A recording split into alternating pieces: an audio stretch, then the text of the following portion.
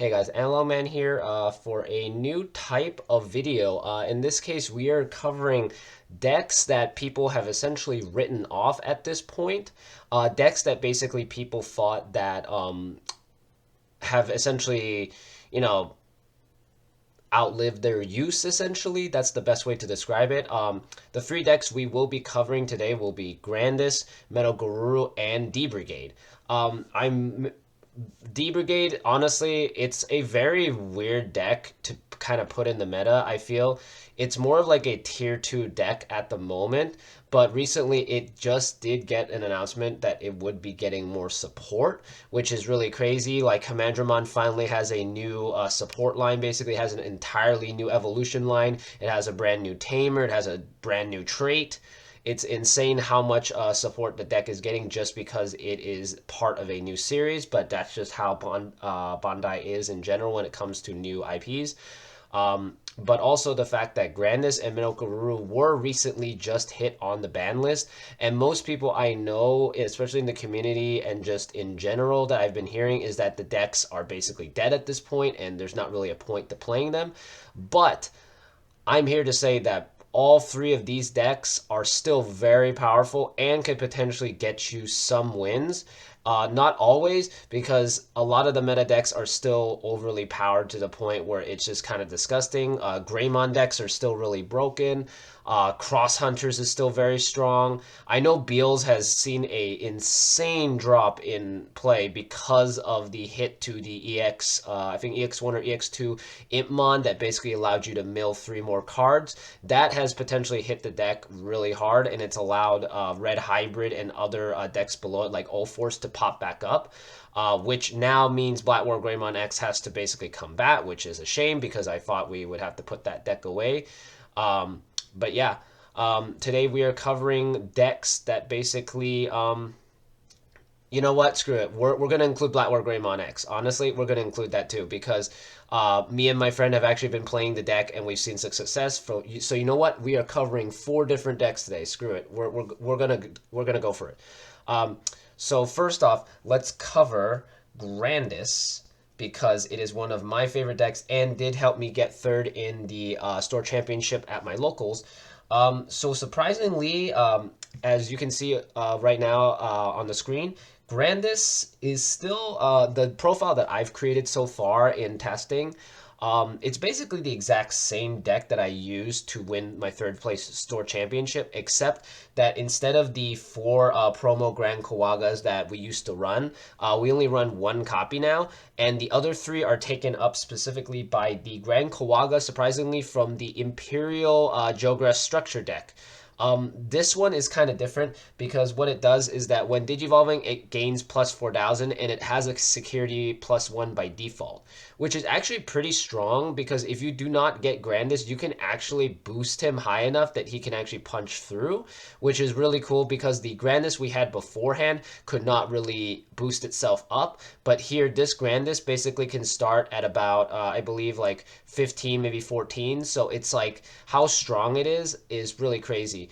I know a lot of people have actually been adding back in the old Kokuamon, the one that costs 1 to evolve, but it does give an Insectoid above it security +1, which is really strong. So in conjunction with the old with the card, you could potentially go for 2 to 3 security checks like you used to be, but basically you're going through extra steps to do it. But the surprising thing that I learned while testing this is that it's not the fact that you're getting more security checks. I know that the goal is to gain more security checks, but actually with how the deck is built in general, just how Grandis is in general, like the basic build of it, the new Grand Kawaga is actually really powerful because what can happen is that once you have your tamer set up and you have your memory set up and all that, which is basically what you're going to be doing while you're building up your stack, the surprising thing is that with the boost in attack, the stack that does not digiburst, mainly the Grand Kawaga that the new Grand Kawaga with a Grandis on top of it, can boost itself to 20,000, which basically can get over almost anything in the game. Like even if you're 16 or 17, you can already boost over a lot of things. But the fact that you can make your guy 20,000 and at the same time you do suspend them purposely makes it so they cannot block anymore, and they are forced to essentially deal with two 20,000 swings. So meaning you can suspend both their guys on the board, their blocker and their main big guy, and kill both of them in one hit. Or in two hits in this case, which is really insane. And then with Mimi, you can set up a brand new stack, and with how Mimi works and just how much you're digivolving, you're basically guaranteed to go into the old Proma Grand Kawaga. So you basically kind of chip, you control their board by basically doing damage and killing their guys as much as possible on one turn. And then you basically go from there and just go for game the next turn with the old promo. It's not ideal how it works, but I feel going forward, this is how Grandis is going to play. I know that I invested a bit into the Jogress line where it runs the Vmon and Wormon stuff, but the deck still feels more primarily like an Imperial deck rather than a Grandis deck because it runs a lot of free types and other things, so it's mainly focused on that line. But I feel with this, with the old Grand Kawaga, you can actually do a lot of damage. You just have to time it properly. You have to know when to use the promo or when to use it. But once you get that promo and you have a new stat, you're just gonna go for it. You will win it. And of course, the deck also runs two Quartzmon. That's what the two proxies are at the moment. I don't have any extra copies of Quartzmon, so I have to do that at the moment. But Quartzmon is still very strong in this deck. You can end basically against Crossheart or any Tamer heavy deck. You can end the turn by wiping their board and potentially stunning them for the next turn so they can't attack next turn. So either way, you're basically guaranteeing that you will win next turn, which is really good. But that's basically, I feel, how the deck has to go, moving forward at this point, because without four copies of the promo, you have to kind of like control their board until you can get the promo to basically go for game. Which this deck actually, surprisingly, I was expecting it to brick more when it comes to this, but surprisingly, in like the five test matches I did, it managed to do this strategy consistently every single time, which was go into the starter deck Grand Kawaga, do damage, wipe their board, and then let the promo finish it off. Basically, that's basically how I feel the strategy is going at this point. The only difference the only thing I can really add honestly is that you could include the new or the really old Kokuomon that I mentioned before that gives security +1. I honestly really don't like it because its effect, or I just don't like the evolution cost. That's just not great because you basically end your turn by just evolving the rookie, which really sucks. But that's just how it is. But yeah, that's all I can really say about that. Yeah, so let's move on to the next deck. Let's move on to Metal Garuru. So Metal Garuru took a hit as well. It also, instead of losing its level 6, it lost its main heavy hitter, which was its level 5 promo Were Garuru from way back. That card was honestly really busted, and I'm kind of surprised they didn't hit it until now. I was honestly expecting them to hit it alongside the Greymon X in the previous restricted list, but surprisingly, they waited until a second list right before the starter decks were going to come out in Japan, which, I mean, I can kind of understand because both Greymon and Garurumon are getting new structure decks, and there is a purple level 5 Garuru that basically does the same thing, except that you discard cards to do it. But with how the deck works, you should have way too many cards in your hands, and you should be able to discard enough to just keep punching. So I think maybe they took that one out because they thought it would be redundant to have two different copies of it. So that's what I'm assuming they did. But now, until we get that structure deck in October or September, I believe, we have to basically make do. And in this case, I decided to opt for the EX1 Were Garurumon. It's actually not that bad. In testing, it basically just allows you to just go for one check. You get to draw a card, and basically after that check, you go into Were Garuru X, you swing for the second check, then you evolve into the Metal Garuru X, which basically means you're basically evolving it in, for 3 cost. And if you have enough memory with the memory boost and other things, you're basically guaranteed to bounce their thing and go for a third check, which is really insane. It does suck that you don't get to go for that extra security check because that's also what the promo Were Garuru granted when it swung. But you could always run the other Wargurumon from the structure deck that does give you that, but at the same time, it requires you to have 8 or more cards, or I believe it's your opponent has to have something with no sources or something, but it's not as great. I feel like the X1 version is a little bit better, so I opted to run that. The rest of the deck is basically the same as I normally would run it, running the Omni and the Blitz, the Nokias, the two cool boys, the memory boosts, the X antibodies. Just it's a very basic middle Guru build, but just now that we have had a hit to the deck, we've had to adapt, and I feel a lot of people are honestly doing the same exact thing I'm doing. The X1 Were Guru is a really good substitute until we get the new support in September, October, the fall basically. So I feel this deck has the potential to still kind of get some wins out, but at the same time, it's heavily nerfed, but against any other deck that isn't like Cross Hunters or whatever, or just basically against like certain decks, it has a really good matchup against a lot of things. It's just it can outspeed Red Hybrid. It can technically outspeed Cross Hunters if it doesn't get going fast enough. Usually, most Metal Guru plays, even with the new EX1 where Guru, you are basically able to go into basically swing for 3 checks already by turn 3, so it's still very fast. And if Cross Hunters doesn't stop you, you're basically guaranteed to just kind of hit through all their security. And by that point, you don't really care because you already have another stat ready to go in again. So even if if they put it underneath your tamer, you really don't care. You're just gonna keep going. But aside from that, the deck basically remains the same. You're still doing the same strategy, just with a little bit less oomph, or basically less power to it. But it's still a very solid deck. Still does good. It's just now you just got to be very careful about how you evolve and just what you do. But it's still a very solid deck, just like Grandis. So I highly recommend at least trying it out with this kind of build, running the Werguru X. And yeah, that's all I have to say about that. For the third deck, we are going into. I mentioned before we are going into the D-brigade. D-brigade is honestly one of my all-time favorite decks. I've had the deck since BT4, since basically the very when the very first or the second wave of Commandramon support came out. Because before we only had the rookie, now we finally got the rest of it, and honestly, it's very powerful. Like, it's not like it like originally with how the deck worked, it was mainly rookie rushing. Then it evolved to making a stack and then rookie rushing by playing a bunch of guys out. But as of BT12, I think honestly the best way, like the problem is that a lot of decks give you very little memory to work with. So I think the main thing with BT12 is speed. You need to be able to outspeed your opponent way more than usual. Compared to like the previous formats, we've had to outspeed our opponent. Yeah, sure, I get that. We've had to do it.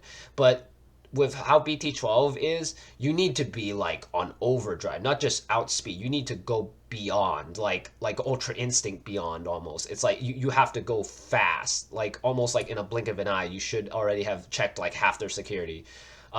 Which is why we have transitioned back to the kind of like rookie rush, but at the same time we also have a ton of security bombs. So now that we've basically taken out a lot of the cards that we used to run the support, almost all the support from EX3 aside from the Sealstromon that has jamming.